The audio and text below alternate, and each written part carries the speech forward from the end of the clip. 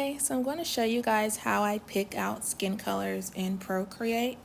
So I typically try to keep them on the left end of the hue spectrum, so near the reds and oranges. And I also like to use the lower middle range of colors, as you can see on the screen. Right now I have my reference layer on, so I can just kind of drag and drop to fill this sketch layer. So I'll do that to test it out and see how I like the color. And I think this looks kind of good. It's a little too saturated for me, so I'm gonna go back over and do that. Drag and drop.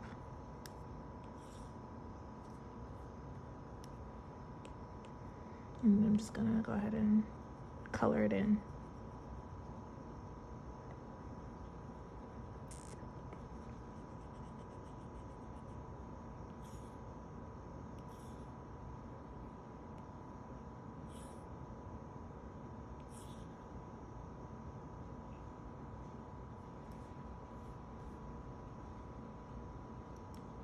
So that's how I do skin color selection.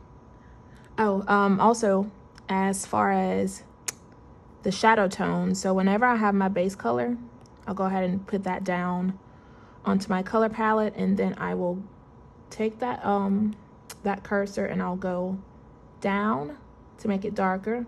I'll go to the right to make it a little more saturated, and then I'll change the hue to go towards the reds a little more to make it a little bit more red, and then that's going to be my shadow color. And then when I want to do the highlight color, I'll go back to that base color, go up a little less saturated, so to the left, and then more towards the yellows, and that's going to be my highlight.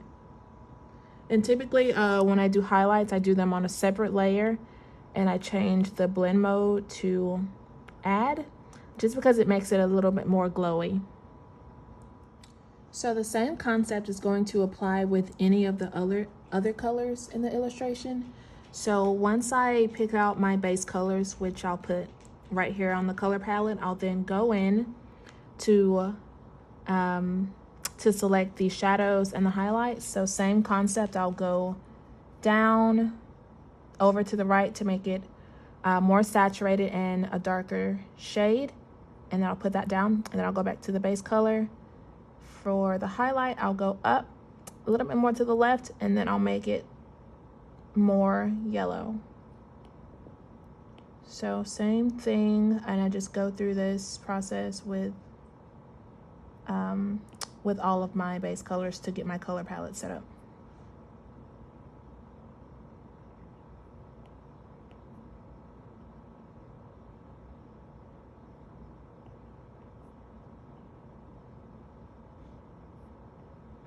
And then voila.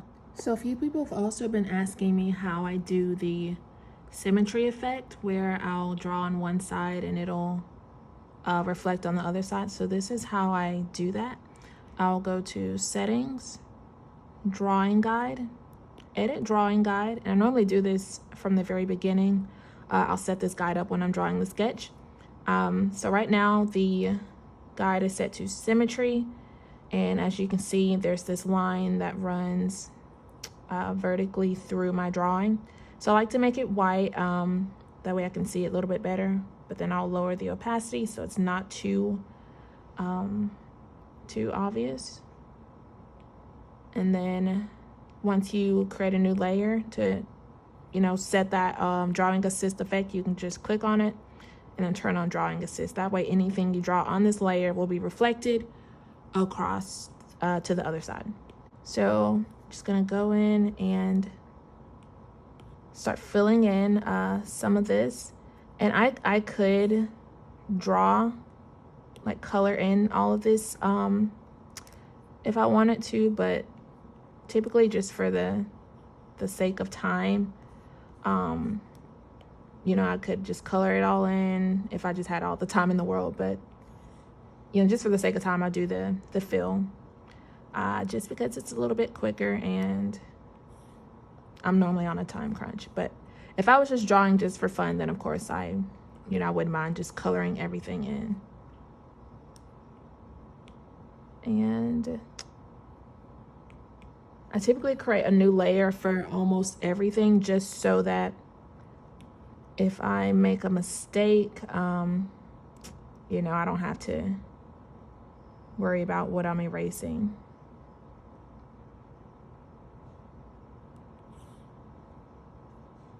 So,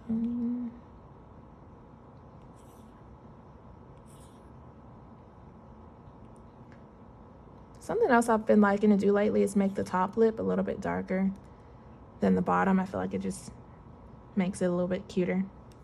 So right here, I don't really want the line art border around this word. So instead of just erasing this word from the sketch, I'm going to create a mask instead.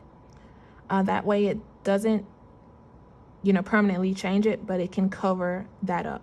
So whenever you use mask, if you want to cover something up, you're going to want to use black and then just draw over it.